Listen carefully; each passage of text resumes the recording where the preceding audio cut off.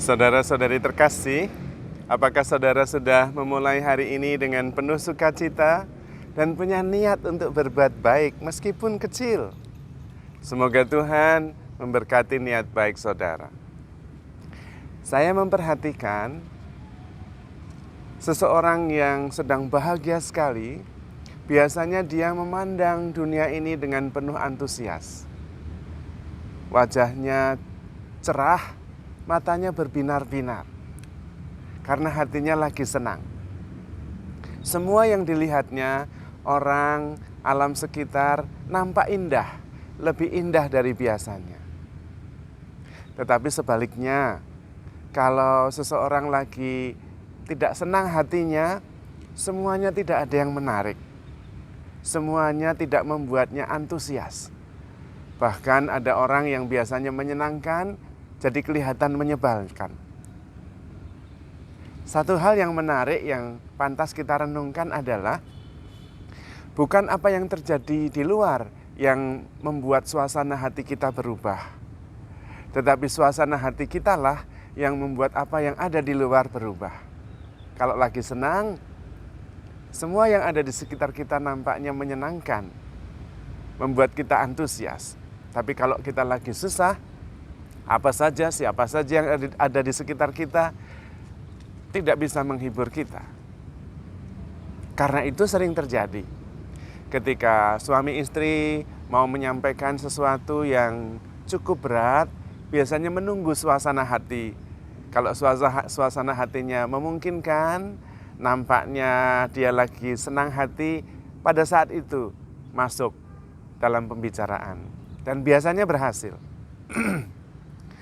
Saya juga sering mendengar ibu-ibu itu kalau mau mendapatkan sesuatu dari suaminya, entah mau beli tas yang sudah lama diinginkan karena teman-temannya pakai, dia mau minta dibelikan tas, nunggu dulu suasana hati suaminya lagi senang atau tidak.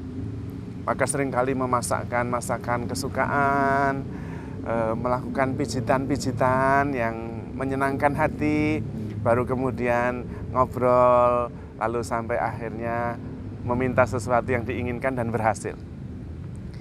Kabar gembiranya adalah bahwa senang atau susah itu tergantung kita sendiri. Bagaimana kalau kemudian kita bisa menciptakan suasana sehingga hati kita selalu penuh dengan sukacita, selalu penuh dengan pengharapan. Kalau toh ada derita, ada tantangan, ada kegalauan, hanya sebentar.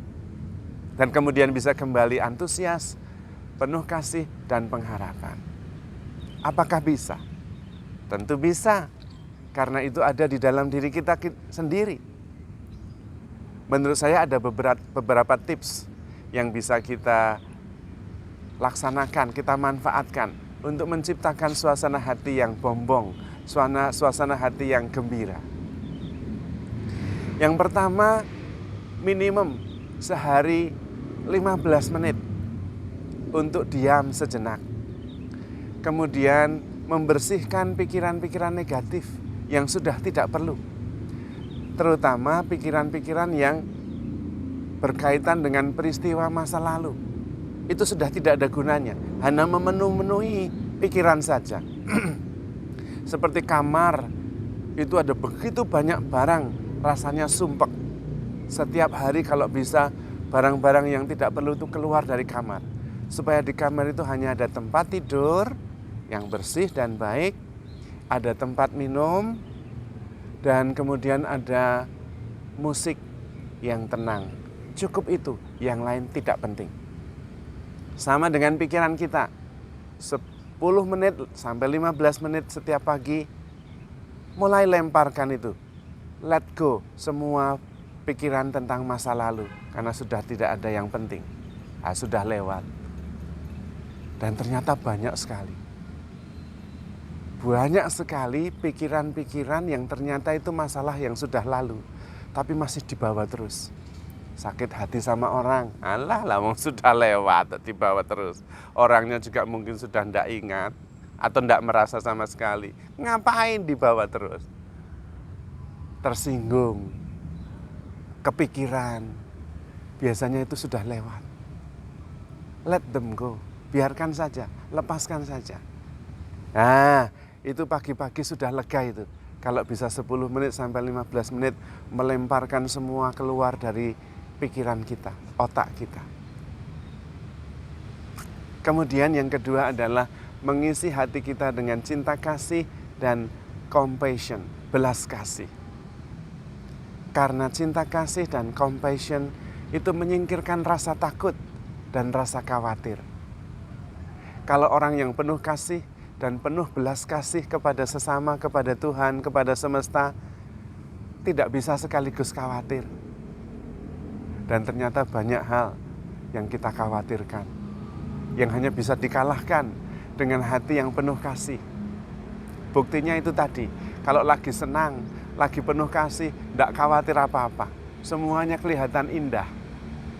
Maka latihan mengisi hati kita dengan penuh cinta kasih. Tapi Romo, nanti kan ini kan masalah orang lain itu tidak mau ngerti sama kita. Dia tidak berubah begitu terus. None of my business, none of your business. Bukan urusan kita. Urusan kita itu mengisi hati kita dengan penuh cinta kasih. Kalau orang lain bla bla bla bla bla, itu urusannya dia sendiri.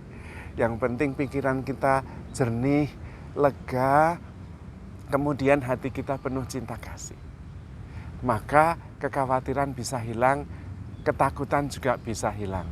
Karena cinta kasih, hanya cinta kasih dan belas kasihan yang membuat kita bisa mengalahkan rasa takut dan khawatir.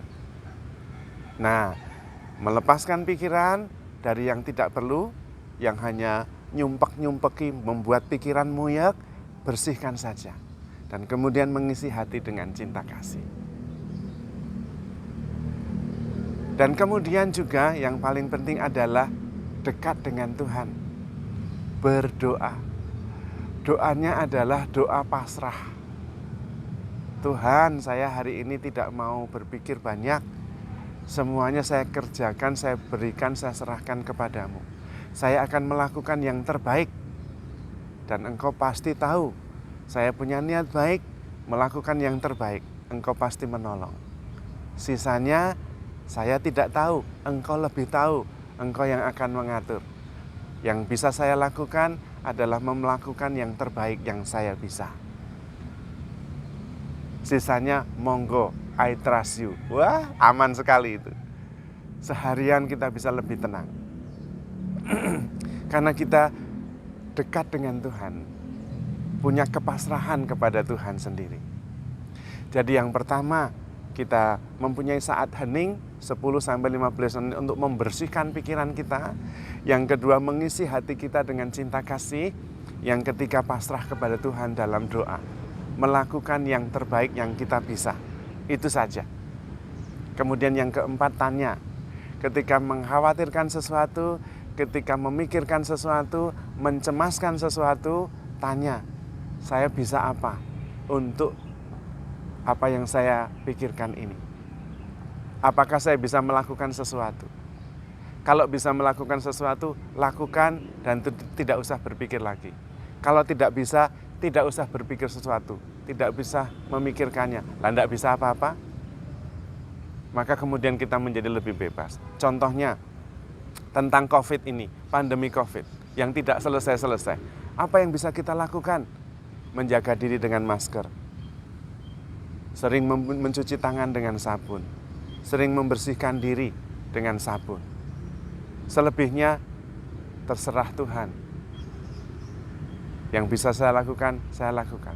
Karena untuk membuat kita tidak terkena virus, kita tidak bisa buat apa-apa.